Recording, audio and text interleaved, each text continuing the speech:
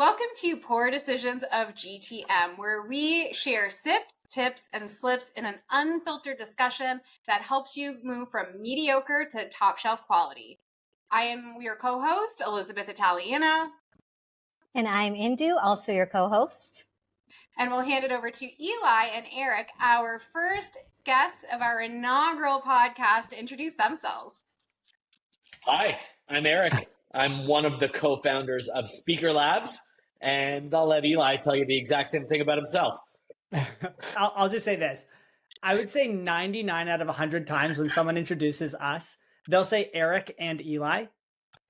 It's always Eric and Eli. It's never Eli and Eric. It's sort of like I'm the bridesmaid and he's the bride. Correct. But it actually, you said Eli and Eric. So I'm Eli. I'm the other co-founder. But I feel particularly special today because you said Eli first. So thank you. Soak it in, Eli, because I don't see it happening too often. For that. And I mean, I'm not saying I have favorites, but I'm not saying I don't have favorites either. I mean, it's probably just where the boxes were located on the screen, but whatever. I'm taking it. I'm rolling with it, and I'm enjoying this moment. Take the wins. Yeah. So thank you for having us. Like Eric said, we're the co-founders of Speakerlabs.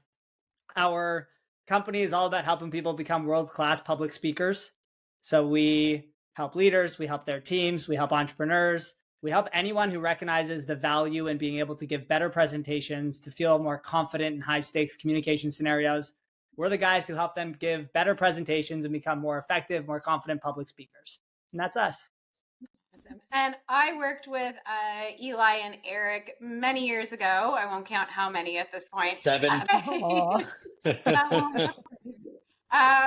I can attest to the fact that they were always the go-to people when we worked together for presentations and communication. They are absolutely phenomenal. So you are all in for a treat today to learn from these two gentlemen.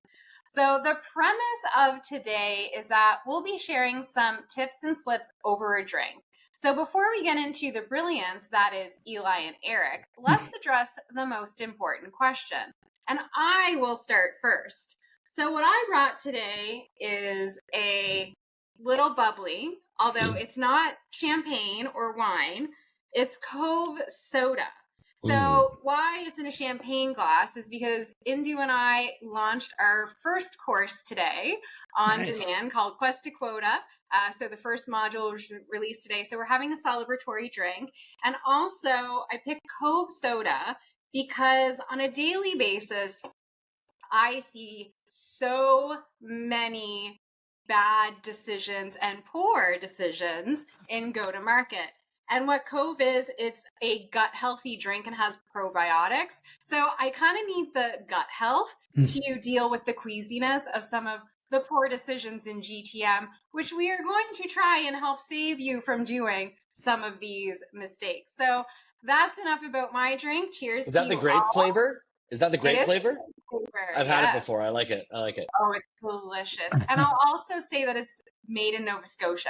If you guys remember, I'm a proud. Did not know that. Yes. I do remember that. Yeah, a nod to my home province in Canada. All right. Was that paid advertisement, by the way?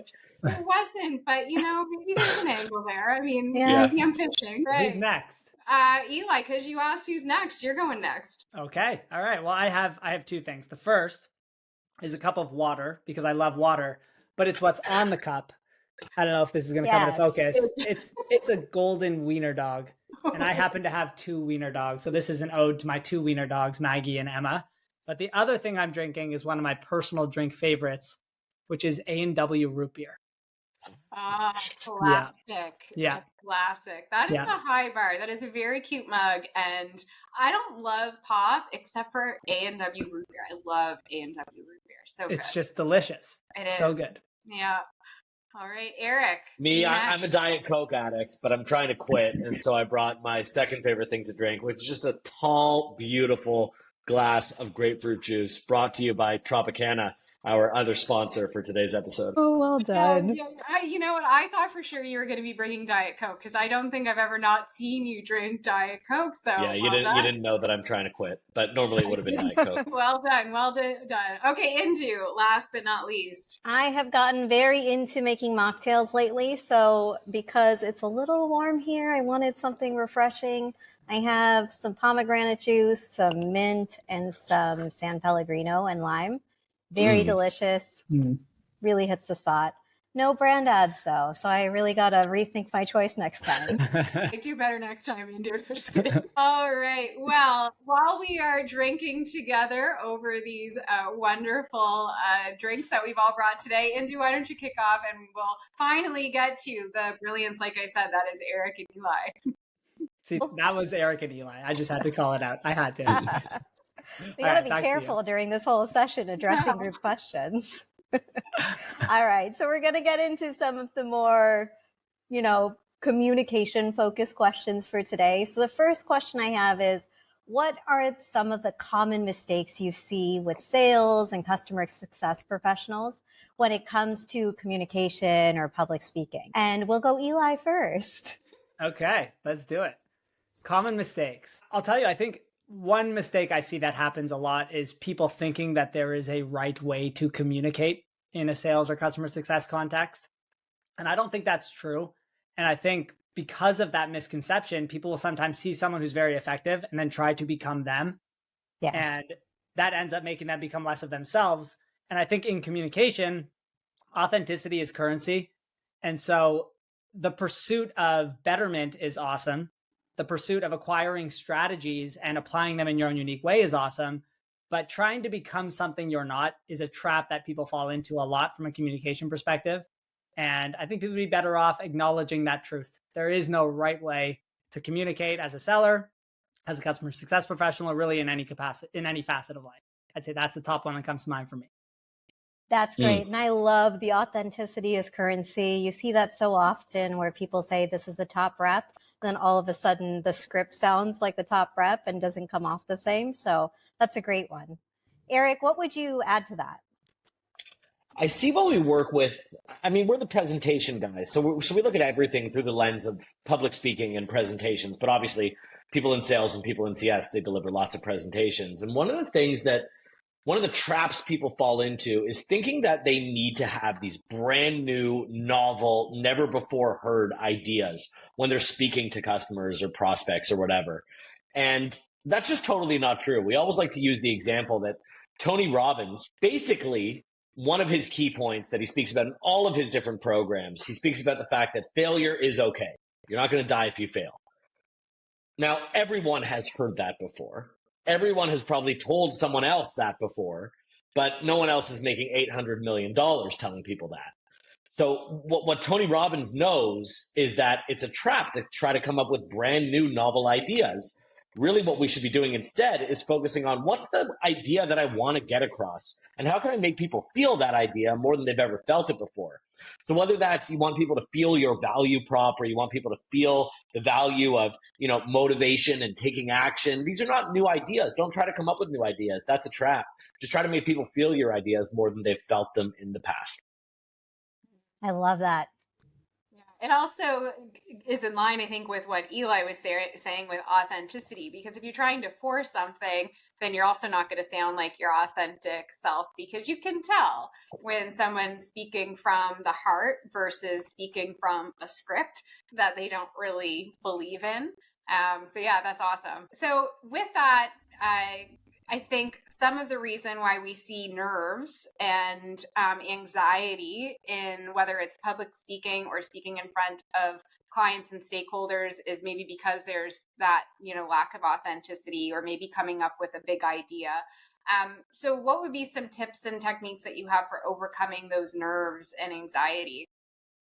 I guess we'll start with me this time. I find that, let's say, Elizabeth, let's say that you had a fear of heights. I can try to teach you about gravity and about height and about, flying is safe for these reasons, and hot air balloons are safe for these reasons. And I can try to explain all of that and make you learn about your fear and about, all the surrounding elements that go into it. But at the end of the day, if I wanted to get you over your fear of heights, I could either do a lot of explaining here on the ground, or I could take you to the top of a bridge and make you go bungee jumping, or I could take you on an airplane and make you go skydiving. And I think those might be even more effective. Doing the really extreme version of the thing you're afraid of, realizing afterwards that you're okay, is really profound. It's an experience that you can't mimic. So when we try to get people over their fears, one of the things we like to tell them is, what's the thing you're most afraid of doing? Then do that and do it fully. Do the extreme version of it. So if someone's really awkward around silence, well, then you should be using some really extreme pauses when you speak, because only on the other side of those extreme pauses are you going to realize, hey, pausing actually doesn't kill me. If you're afraid of saying, I don't know, when your customer asks you a question, well, then you got to say, I don't know, a lot more frequently and realize you're still okay afterwards. So whatever it is you're afraid of, whether it comes to what you're saying or how you're saying it, you've got to do that very thing. Only then will you realize that you don't need to be so afraid of it anymore. So it's just jump right into it. That's basically the only option. I mean, in our courses, we do, when we get people over their fears pertaining to communication, we do both. We help them understand and we help them take action. But I find that the best thing to do is the action piece. Yeah. I feel like when it just comes to the understanding element, it also forces someone into a corner to overanalyze the information they're getting versus stepping right into it and sort of starting that desensitization process. So it makes complete sense to start with sort of that extreme approach. And there's one thing I'll add on it, though. I think a little bit of nervousness is a good thing. Mm-hmm. I think sometimes people try to reduce fear down to zero, and that may not be the best idea, because when you have a little bit of nervousness, it actually is an indicator you care. It's a classic line. And I think sometimes having that, it can make you put a little bit more effort or energy into something. So I think a little bit of nerves is a good thing. The other tactic I'll share for how to maybe mitigate some of the nervousness people feel in those high stakes sales or customer success situations. First, let's distinguish. Not all communication situations are equally high stakes. So maybe there's a regular customer call and that doesn't feel as intimidating as this massive giant account that's about to churn, and this is your opportunity to give a presentation and try to retain the customer. Or this is a huge prospect, you close this deal, this is massive for your company. So there are different degrees of significance to certain presentations you might give in a sales or customer success context. And I'll say there are two things that cause people to be nervous. One is the stakes of the game they're playing. So if you don't retain the customer, that sucks. If you don't close the deal, that sucks. Missed opportunity. The way to curb that one as just a specific little tactic is to recognize that no one deal should make or break a company or an individual at a company. If that's the situation, the company has far bigger fish to fry. So, good point. So in general, it's important to recognize that truth, that yes, you want to close the deal. Yes, you want to retain the customer. And these are very valuable things to do. And they do make a meaningful difference at a company. But if the company is reliant on that in order to continue to go on, then I think that's a bigger problem. The other thing that causes people to be afraid is they worry what people will think of them if the presentation doesn't go well, if they don't retain the customer, if they don't close the deal. It's this worry about judgment. That's actually at the root of all of it, is people don't want to look like an idiot in front of people, or they don't want to feel like people are judging them. So here's a useful tip. I want Indu and Elizabeth, you can do this right now. Imagine that you're in the audience of a presentation, okay? You're the recipient of the presentation. Okay. And the speaker does a terrible job. It's awful. Like it goes so poorly that like you can tell they're kind of panicking and like they just want it to be over with, and it's just that bad, okay? In that moment, are you thinking, nice, I'm so happy this person struggled so much today? Or are you thinking something more along the lines of, like, I know they could probably do better. That wasn't their best foot forward. Maybe there's a bit of empathy. Maybe you even want to give them like a high five and say, like, keep trying. You'll get it next time. Like, which one of those two camps do you think you would fall into? There's a sense of empathy in you. Now imagine that presenter, let's say it goes poorly and they go off to their friends and they say, this presentation didn't go well. I didn't close the deal. I didn't retain the customer. It was awful. I was struggling. I was panicking. And their friends say, why? And then the person says, well, it's because there was this person, Elizabeth, and this other person, Indu, and they were giving me death stares. They were scrutinizing everything I said. They triggered a panic attack in me. Those jerks, I can't believe people like that will get on a phone call. It's terrible. I never want to speak to people like that again. You chuckle at it, right? Because what that is that's the presenter judging you as an audience member. That's the presenter assuming that you're an asshole. In essence, the presenter is being an asshole. So, excuse my language for a moment, but here's a really good tip that helps people curb some of that worry about judgment is stop being an asshole and assuming that everyone you talk to is a jerk who's going to hate you if you aren't perfect. Because if you acknowledge that, you go into these situations with a little bit less of a fear of what if things go south, what if things don't work out. People might judge you, in which case, if there's some negative feedback, use it to get better. And they're probably not being these assholes you think they might be being. That might actually be you being a jerk. That's a really interesting perspective. Okay, so I want to tie back some answers to both of those questions that we just asked. So common mistakes, as well as how professionals can, whether it's CS or sales or any role really, can overcome nerves or anxiety. So one of the things that I hear a lot is, oh my God, I hate the sound of my own voice. I don't want to watch my own recording. I don't want to watch a video of me presenting. Is that something that you hear a lot from your clients, and how do you get people to overcome that? Because for me, that's how I have improved resistance to that. We've definitely heard it from people. I think we've experienced it ourselves. First of all, there is a little bit of science to that. Mm-hmm. The reason people, actually, I think Eric, you're the one who taught me this. So if you want to share this, no, you might even know it better than me. No, you go for it. You go for it. No, you go for it. I actually don't. I might have taught it to you, but I don't really know what you're about to say. All right. Okay, fair.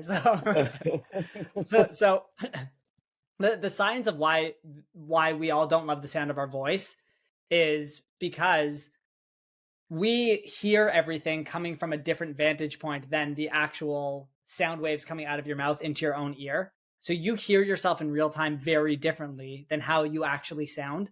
And so when you're hearing yourself, you have this knowledge in your mind of what you're supposed to sound like based on how the sound waves travel from your mouth to your ear. But when you're hearing it from another source, it's coming directionally from a different angle, and it sounds very different because of that.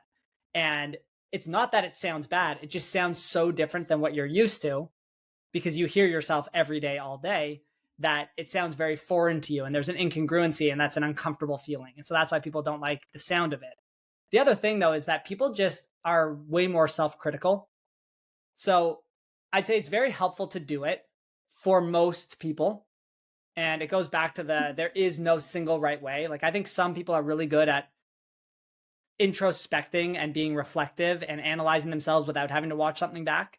So if that's you, then great. I wouldn't fall into the norm of feeling like you have to record and watch. I would try it, and everyone should try to come to their own conclusion on it. But especially in sales and in customer success type conversations, it's very useful to start noticing the patterns of not just how you communicate, but what messages resonate or don't. And so here's what I'd say. It's important to acknowledge that you are extensively self-critical, way more than anyone else would be of you, because you're so intimately familiar with your own flaws. And when you recognize that that's the reason you're so self-critical, you can almost compartmentalize a little bit and try to watch with a bit more of an objective view. And not an easy task, but a very worthwhile task. And sometimes we have to weigh the discomfort of going through something that is uncomfortable against the value you get on the other side of it. And I'd say it's probably something that's worthwhile and worth the discomfort, which is very similar to public speaking as a whole. Getting better at public speaking is an uncomfortable journey for a lot of people because you got to put yourself out there. And that comes with the risk of failure, not just failure, but failure at scale. The risk of judgment, not just judgment, but judgment at scale. But on the other side of it, you don't just have the impact of being a better public speaker. You don't just get the value of all that comes along with that skill. You also become a more confident person in your own skin. And so we would say the discomfort of going through the journey is worth the squeeze. And I think the same thing is true when it comes to watching things back. If you get a lot of value out of it to become better at your craft, worth it. Get comfortable with being uncomfortable. Yes. I've got a bit of a different take A&W, cheers to that. Sorry. I've got a little bit of a Cheers. different Cheers. take than Eli. It's not that I disagree with what he just said, but I think if you try to go deeper and you think, why am I watching myself back? You're watching yourself back to try to get better, right? That's the idea there. So Yeah. I think what we all need is an outlet to get better, or a way to get better. And if your way is watching yourself back and giving yourself some self-feedback, great. If it's having your mentor or your coach or your boss or your friend give you feedback, equally great. If it's, let's try this experiment and try both 50 times and see which one works better, great. So ultimately, it doesn't really matter to us how you go about trying to improve. If you find that watching yourself back is something that's uncomfortable and it actually messes with your head a bit because you hate yourself so much that it makes you less confident, that might not be the way that you should improve, but you probably should find a way, one of those other ways. It makes me think about just the different communication styles. It's like some people want that blunt, direct feedback, and that's what helps them actually grow and change what their behavior is moving forward. Whereas some people need a couch, some need examples. So whatever that mechanism is, it's so individual to each person. Yeah, totally. Yeah. And it's one of the things that, with feedback and getting comfortable with getting uncomfortable, and whether it's you listening to yourself or getting feedback from someone else, is that there's, people don't use the phone as much anymore.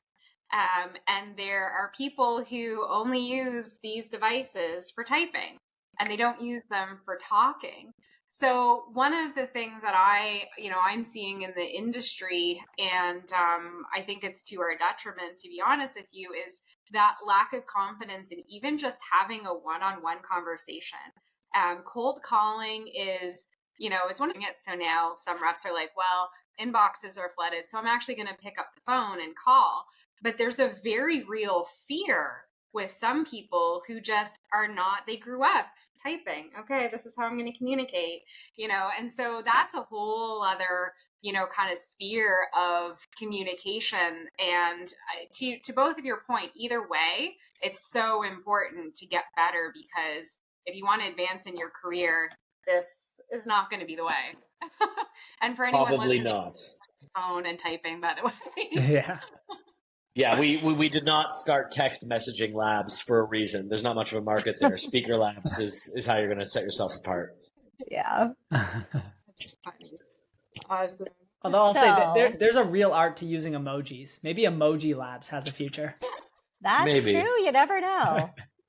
Or, I think we'd have GIF to labs. lower our prices, Eli. I'm not sure people would pay as much for that. I think you'd have to really target, hone in on your ICP, maybe TikTok influencers or something like that. Yeah. All right. So I know Liz mentioned cold calling, which is something in our positions we hear a lot about, wanting help, wanting strategy. Another hot topic we hear from clients all the time is storytelling. How do I become an effective storyteller? What are good strategies for doing this? And I know it's a pretty broad topic to unpack, but when you think about something like storytelling, what are some of the top tips or strategies that really come to mind for you? We'll start with Eric this time. Ooh, thank you, because I had something on the tip of my tongue. It was on the I could tell, yes. tip of my tongue. Okay. When I think about the worst storyteller that I know, it's my mom. She's the best mom on earth and simultaneously the best storyteller on earth. And I remember... You said simultaneously the best storyteller, but you meant... Oh, no, then I misspoke. The worst. Best mom, worst storyteller. We have that right now? Okay. Yes. And one of the main reason that she's a poor storyteller is because she tells a story, and then at the end of the story, you're left being like, okay, and why'd you tell me that story? What's the point of the story? What's the moral of the story? Where's the goddamn punchline, right? It just never goes anywhere. And I think in business, a lot of people make that mistake too. Eli and I love to say that stories without points are pointless. We love to say it because it's kind of cute, and we also love to say it because it's true. So when you're telling a story, if you yourself don't know how you're going to end that story, what the point is you're trying to make, and in business, the point isn't just supposed to be a punchline that makes people laugh. It's supposed to be strategic, right? Why are you telling this story? What's the point you're trying to make? If you're skipping that step in the storytelling or the story creation process, then my bet is your storytelling is going to suck. I like that. What was it again? Storytelling without points is pointless. Stories without points are pointless. Literally and like metaphorically. That should be on a mug. Yeah. Now, you know what I'm going to put on a mug? Just like a really drawn out, like TIIIIP, like the tip of my tongue. I'd put that on a mug. I'd put that on T-shirts. Yeah, a t-shirt, a hoodie, pants, you know. Yeah. I'm gonna stick with my wiener dog mug, but I like that. I like the idea. I'll share one other thing about storytelling. People don't give themselves enough credit as storytellers. I think sometimes we hear someone tell a good story and we think that person's an awesome storyteller, but I can't be that. And people are just wrong about that, because every single person that Eric and I have ever encountered is a great storyteller. Just some people aren't very comfortable externalizing their stories. We're all really good at telling stories to ourselves. We all think in story, but often we communicate in points. And so sometimes people fall into this trap of thinking like, I need this crazy far-fetched story if I'm going to be a good storyteller in any context, whether it's a sales context or high stakes keynote or even a wedding speech. People feel the need to have these crazy stories, but it's just not true. Just everyday lived experiences are stories, and you can use them to make points. It was actually funny. We ran a program one time. We were talking about storytelling, and I remember someone put up their hand and they're like, hey, listen, I got to say, like, I love this storytelling stuff and I really like what you're teaching, but I just can't be a good storyteller. Like, just no matter what, I can't be a good storyteller. To which we obviously were like, why? Like, why can't you be a good storyteller? And the person, no joke, their answer was, well, because I've never had a near-death experience. And we were like, no, backwards. Like, you don't need to have near-death experiences. If you have crazy stories like that from your life, they can be awesome, and you can use them to really articulate lessons and ideas and pieces of value to people, but they are not required. One of my favorite stories that I like to tell to teach an idea in one of our programs is a story about a way I learned how to tie my shoes. So I think it's important for people to recognize that every single one of us lives a story every single day. It's just the next page of the book, and each paragraph, it's like a different phase of your day. And if you start looking at your life as just a series of these little anecdotes that you've experienced, you can start to map those experiences to the ideas that you want to get across to people. And that's when you start being able to be a really effective storyteller. Even if you don't learn a certain framework or a certain methodology or technique, they're all valuable and we like to teach them. But even without that stuff, if you recognize I'm a good storyteller, I have them, I live them, start to pay attention to them in your life. They don't have to be near-death experiences. And you start taking Eric's idea of stories have to have a point. I think you can up your game immediately without learning any of the strategies, techniques, or frameworks. It's really interesting. And it makes me think about, sometimes when we're having conversations or sharing something that we're storytelling and we don't even really realize that we're storytelling. And to give an example, as you were saying that, I started this series on LinkedIn called Fuck Up Fridays. And the whole point of doing the Fuck Up Fridays is just to share a mistake that I learned from. And so in my mind, I wasn't thinking of it as storytelling. Here's a mistake. Don't do what I did, but do what I did to fix it, because now that works. And now you can avoid this mistake and learn from it. So to me, it's just like sharing tips. That's what it was. But now that I'm thinking about it, I'm like, oh yeah, that's storytelling. Because I fall in the camp of like, yeah, I'm not a really great storyteller, but I think my Fuck Up Fridays are pretty good. So I don't know. It gave me something to think about. I think you're probably a much better storyteller than you might realize. Maybe food for thought. Mm-hmm. Drink for thought. Or you're right, and you're like my mom. There is a chance of that too. Can I take a quick poll? As you were saying that, I was thinking of my own mom, and I'm like, is this a mom in general trait, or is it just two of the four? My mom's a decent storyteller. I'll give her credit. She's pretty good. Just us, Indu. My dad, though. Woo. I'm just kidding. He's good too. Both of my parents are good storytellers. I think that comes with the territory of being a Cape Bretoner. If you go to Cape Breton, if you go to the island, like you're just going to hear story upon story upon story about, back in the day walking uphill both ways and the storm of 88, and like it's just I don't know, we reminisce a lot. So reminiscing storytelling. Anyhow.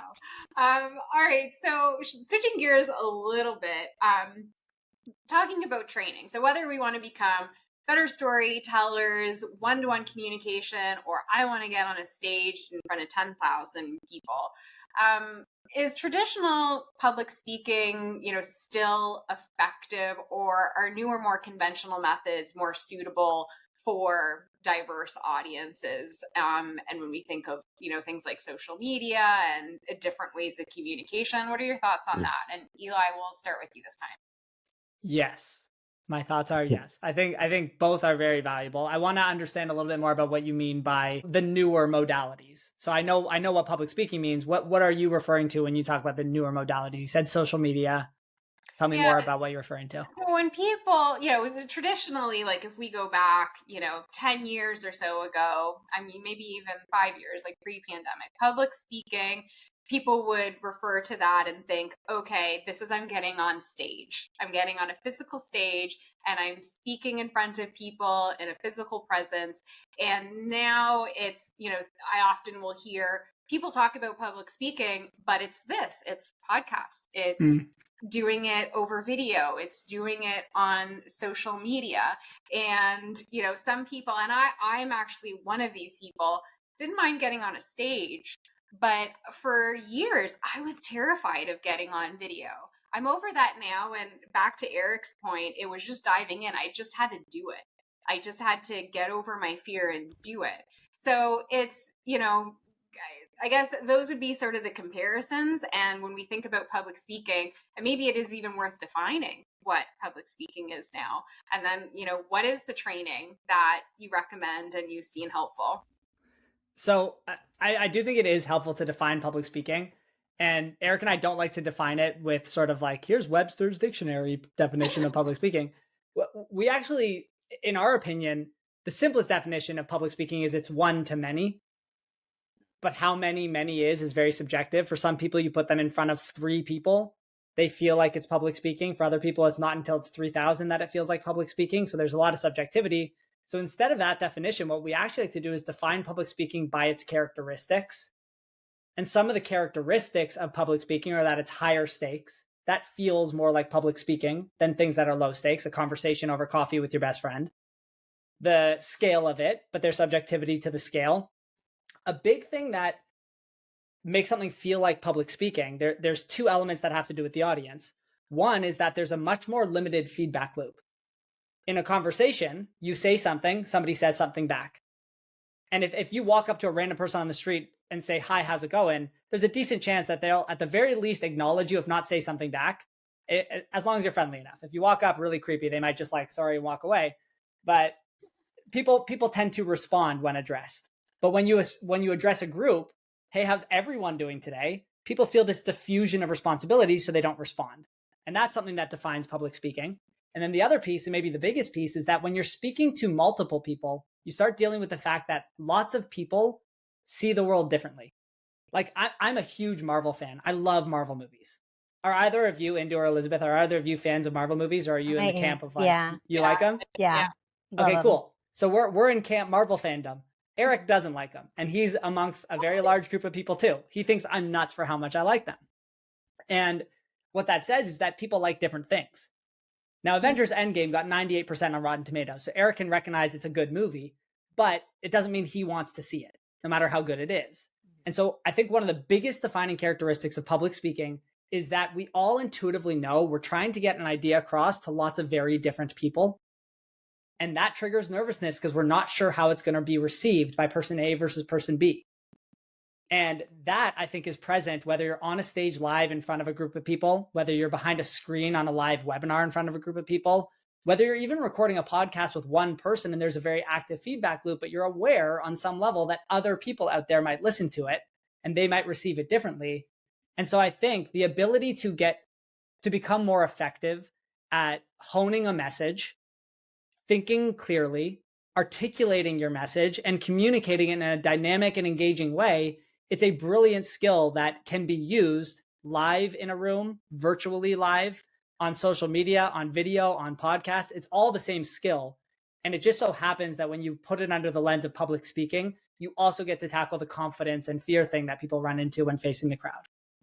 Love it. So I agree with what Eli was saying, but what we like to do is we like to actually talk more about the similarities between all those different contexts than the differences. To be clear, there are differences between a podcast and a Zoom call and speaking on stage at a conference and speaking in a small meeting. There are differences, but there are a lot of similarities too. In all of those different contexts, the clarity of your idea matters. You got to have a thesis. You got to become clear on what you're trying to say. In all of those scenarios, emotion matters. You want your audience to feel you and to feel what you're trying to say. So I think looking at the similarities, first of all, it's a different approach because people really like to look at differences, but it's also empowering because there's a good chance that you're a good communicator in at least one of those contexts. So what can you do in this new context that you're already good at over there? So there are a lot of similarities too. Yeah, I like that. It's like transferable skills and knowledge. So how do I take what I'm good at on stage or on video or vice versa? That's a really good perspective. I like that. So you guys have actually touched on this quite a bit so far about authenticity and telling your own stories and those being very valid. A big topic we hear about is, how do I not make my pitch just sound like a pitch? How do I make it humanize and feel authentic, as you were saying before, when I'm delivering a presentation and still trying to keep it polished? So what tips or strategies do you guys have there? So when you say delivery, I mean, what we mean when we say delivery is how you say whatever it is you're saying, right? Mm-hmm. There's a lot that goes into building your content and building your slides, whatever. But when it comes to your delivery, how you say whatever it is you're saying, we actually find that people, they don't prep that. For some reason, we always prep our ideas, and here's the story I'm going to tell, and here's the point I'm going to make, here's where I'm going to pause for questions. We prep our content. We never prep our delivery. And that's a mistake. And I think that there's lots of different ways to prep your delivery. Here's where I'm going to pause, and here's how long I'm going to pause for. But you can just be way simpler than that and think to yourself, when I say this, how do I want my audience to feel? When I say this, how do I want my audience to feel? And if you have that emotion flow in your mind, then likely what's going to happen is the right delivery is just going to ooze out of you. Because if you decide you want your audience to feel excited when you say something, well, then you're probably going to pick up the pace and talk a little bit more like this and smile a little more. And that excitement will be contagious. But you got to make that decision in advance. How do I want them to feel?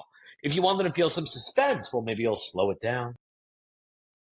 Use a pause. I don't know what you're going to do. It doesn't matter what you do. Do it your way. But prep your delivery and ask yourself, how do I want my audience to feel? I think that'll be more humanizing. You are so right. I think about how many teams and reps Liz and I have shadowed just to see the preparation process. And it is always about content. It's not about how I'm going to use intonation or change the tone of this based off of how I'm feeling or what I want to convey. So that's actually really great advice. And I think also back to storytelling, Eli, when you were talking about that, we all have our own stories. When we're telling those stories, we don't even have to think about it because we are just recalling those emotions we are feeling. Whereas with a pitch, it's a little bit different because you're almost telling somebody else's story. So focusing on how you're saying it would really take that up a notch. Yeah. And you know what this reminds me of as well is think back to Indu when we did our first recording of the Quest. It was so fucking terrible, guys. Like it was. And it was like the content we didn't change, but our delivery was so bad. We were just We've been there. Talking like this, and we were a bit monotone. I'm like, why are we not being ourselves? Yeah, it was like Charlie Brown's school teacher. Yeah. We actually like saved it, and we're like, maybe we can do a funny post about comparing like the two because it's the same words. But yeah, anyway, sorry, Eli. So I agree with Eric. I think a lot of that humanity comes through the way that we speak, not just the words that we say. But I do think you can humanize yourself and build rapport and connection with people through content. But it's actually not through the pitch itself. I actually think there's a really great way to humanize yourself to the people you speak to when you share about yourself. So I think sometimes, let's use an example. Let's say that a company has a value proposition that we are the fastest to implement. It's all about speed. And if you care about implementing quickly, then we are the software solution for you, right? Like speed's their value prop. I think a lot of time people will state that when there's an opportunity there to actually share a bit of yourself. So actually, maybe we could do like a bit of a thought experiment here. Ooh. So for the two of you, have you ever had to, in your personal life, like go outside of work for a moment, just think about like the pages of your own book. Have you ever had something take longer than you wanted? You're living that right now. More right? Often than not. Yeah. Have you ever had something like just go so smooth and efficient and how great, like it feels amazing? Mm-hmm. Yeah. You know, like I think about actually in my house, we installed an Ecobee, which is a smart home thermostat. And the person who came and did it was literally in and out in what felt like maybe 30 seconds, even though it was a lot longer than that, but it felt so quick and efficient. Everything was so smooth and it felt great. And I think we can all relate to that feeling of when something happens smooth and efficiently, it's an amazing thing. Now, why am I talking about Ecobees? Because our software solution here at Company X, we have the fastest implementation process. So now you know that I live in a home and I care about smart thermostats. Maybe you go even beyond that stuff. You talk about your favorite music. You talk about the movies you like, and you start to inject things of your own personality and map them to the ideas that you want to get across to people. People are very afraid to do this in a professional context, but the humanity that comes along with knowing things about a person, I feel like you probably feel more connected to me because you know that I have 2 wiener dogs and I love Avengers movies. And that type of humanity, I think, is almost like stripped away from sales conversations and CS conversations because we think we're supposed to be so point focused and so following of the script. I think if you find ways to inject little parts of you into the conversations, it's a good thing. I think that is actually going to that probably answers, at least in part, our next question, which is around balancing authenticity with polish whether it's delivering a presentation or having a conversation. Because I mean, we've all been on the receiving end, I'm sure, of like the very scripted sales or CS conversations. I know I've delivered in my earlier days some pretty mundane, scripted and very kind of probably robotic. And I think for me now, it's a confidence thing. And even in, say, my writing, it's like what I wrote a year ago didn't really sound like me. And now I'm like, okay, if I want to curse, I'm probably just going to curse. Or if I'm like, anyway, like my tone and whatnot. So how do you, other than through experience and time, you don't want to wait till you're, 40 years old to get to authenticity and polish. How do you get there? How do you balance it? I actually don't. I think the real perspective is ditch polish. Yeah, me too. I actually think the striving of polish, and maybe we're defining polish a little differently, but to me, the striving for polish it's cool and it's a wonderful pursuit, but I actually think the striving for being awesome at being unpolished is a good thing. I'll just give you a great example of this. I remember we were running a program one time and we got someone to the front of the room. They were going to practice some public speaking and they didn't have any story baked. We weren't going to test them on their content. So what we did is we said, come up with a toast for someone in the room. Like you have to make a toast to someone. And I remember they started by doing the following. Okay, I'm going to actually do it for you so you can experience something right now. So they went like this. They went, okay, so I would like to propose a post.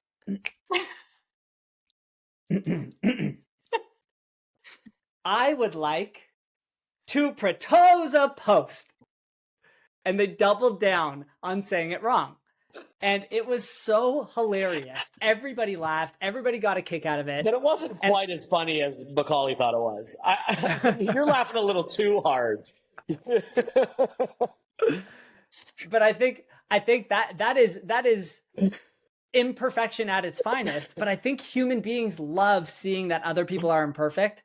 Yeah. And so Eric and I, we love to be articulate. We love to speak properly and have polish and poise every time we present. I mean, we literally teach public speaking for a living. So we want to come off with a certain level of polish. But at the same time, we really lean into our imperfections. We say the wrong thing. We muck up. We own that stuff and we try to lean into it and play with it and have fun with it as much as possible. And we actually think it's one of the most endearing things that can happen. So I'm all for striving for polish and try to move closer to that higher bar. But I think there's a lot of value to almost saying like, screw polish. Let's start being really good. Let's start being perfect at being imperfect. And that might be a really awesome approach. I love that. There. Eli's right. Polish sucks. Nobody wants polish. Everyone wants real. I always like saying to our students in our courses, if you find yourself using phrases like "be that as it may" or "moreover" when you're on stage, like, fuck off. No one wants to hear that. I don't care whether you work at like a bank and everyone's wearing a suit and tie, or a really fun tech company where there's picnic tables. Nobody wants that. Nobody wants that. Ditch the polish. Be prepared, but don't be polished. Polish sucks. Yeah. I suppose we do a round of your least favorite polished isms. Oh, That one that you don't mind. Be that as it may, it is unbeatable for me. That's a top one. Oh, I gotta think now. Mine is anything that talks about synergies, like the second that you mentioned. Yes. Just like I'm done. Yeah. Oh, Yeah. that's good. Thanks, Eric. I almost spit my delightful Cove soda. You're a very easy audience. You're a very easy audience. I'm not as funny as you personally think I am. What's your least favorite? Oh, I gotta think. I don't know. Moreover, if someone ever says, I was gonna say in addition to, but that one's okay. Yeah. You can toss that out once in a while.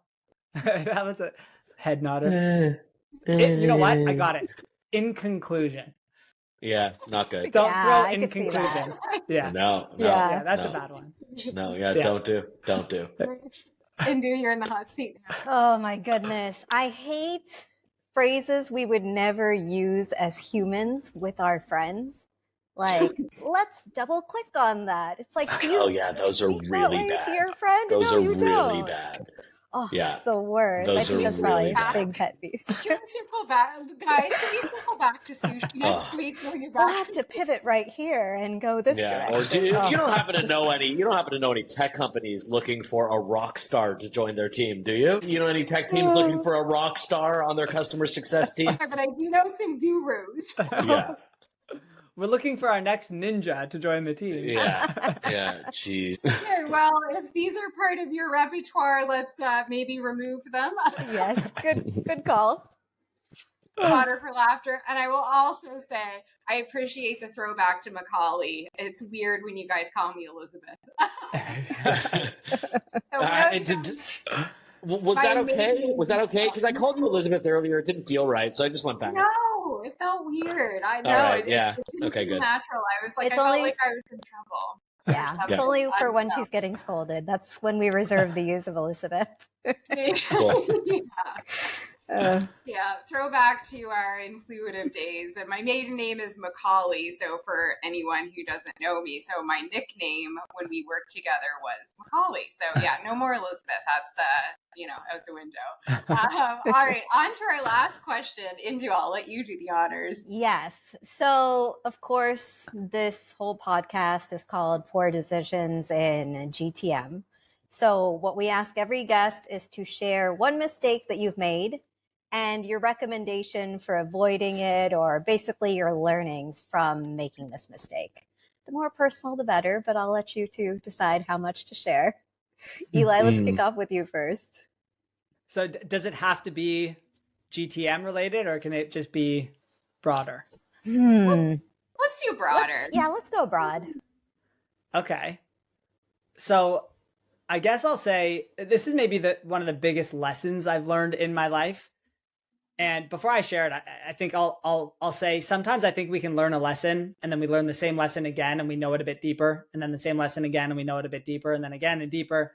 This is one of those things that I keep relearning and I keep knowing it deeper. But I actually think for a long time in my life, I was very afraid of making the wrong decision.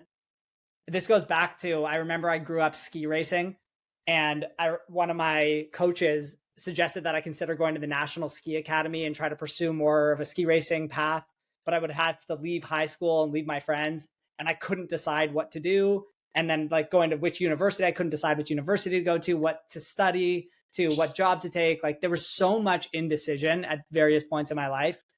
And I think I suffered a lot through that stuff.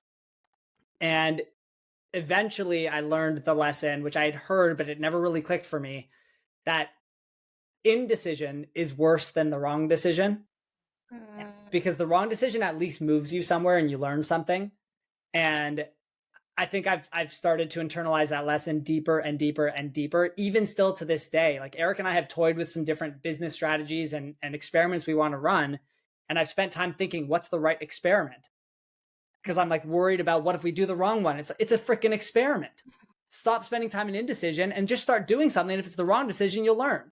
And so I think that's probably one of the most valuable lessons I've learned in my life is that indecision sucks. Right decisions are incredible. And wrong decisions are also incredible because at least they teach you things and they move you closer to right decisions. Yeah. I absolutely love that. And it is so timely for the economy and shifts that we're seeing right now, because I am seeing a lot of leaders and companies paralyzed by not being confident or being able to make decisions because they're afraid of the wrong one, and then they end up stagnating, which is a mistake in and of itself, by not making a decision at all. So I absolutely love that. That's brilliant. Eric? I once accepted a job with a team that I knew from the very first second I was going to hate working with. And what happened was, because this team, and especially my boss at the time, was such a bad boss, at least for me, but I think I can confidently say for anyone, it actually resulted in me becoming a bad version of myself too. And so I guess the lesson through the mistake was accepting that job. And that was probably one of the biggest failures of my life. I mean, I started looking for a new job after like 2 weeks. So at least I knew the lesson: fail fast and get the hell out, rather than, make sure this is on your resume for 2 years. I knew that. But the lesson, I think, is that who you work with matters as much, if not more, than what you're working on. Through working with people that I didn't hit it off with, I think I learned that, like Eli said, over and over and over again. And I think that that's sort of what led me to working with someone that is a good fit, like Eli. And I think our success as a business has as much to do as our interactions as business partners as it does with our actual workshops. And I wasn't hitting on you, Eli. But it has as much to do with our relationship as business partners as it does with the quality of our workshops and our curriculum and us as teachers. There's no way that if I had identical curriculum, identical workshops, identical clients, but I was doing it with that boss that I was describing, I mean, no thanks. I'm out. So be very careful about who you work with is, I guess, the lesson that I would offer. Yeah, agreed. I think a lot of people, like especially when it comes to the tech industry, go after a certain company because of how innovative it is or how much it's growing. But if you don't have the right team in place, that prevents you from doing so much internally and externally, because those are your resources, those are your lifelines. So it's really good feedback. People make those decisions too, right? People make those decisions. I'm going to work for this company because this company offered me $20,000 more. You would have to pay me $100 million to go work with that boss again. Not 20,000 more, $100 million to spend the rest of my career working with that guy. And they make the decisions for things that probably won't change their lives, and they know it's not going to work. Yeah, exactly. I can relate. There are some situations and people that unfortunately bring the worst out in you, and I've made that mistake as well, so that resonates. But even clients as well. There's one client that I won't give away anything other than the fact that after the end of the first project, like the first SOW, I was like, they can offer me 10 times my rate and I will never work. Yeah, we've been there too. Abusive, just anyway. So yeah, that's a good one. I think you save yourself a lot of stress and heartache if you're mindful of that. So that's a great one. Well, that's all the questions that we have lined up. Is there anything that we didn't ask that you want to touch on? Or no, that was fun. Okay. Yeah. Well, I propose a post. Nice. Yes. Well played. Nice. Our inaugural podcast episode. And nice. So Indu is familiar with this. At the end of every productive meeting, I make her do, and my colleagues at Go-to-Market Advisors do an awkward high five to the webcam. So now we're going to do an awkward toast To the like it. webcam. Something I is like a it. lot less awkward about Cheers. this, though. Cheers, everyone. Thanks, Thank people. you guys for joining us. Yes, Thank you. so much.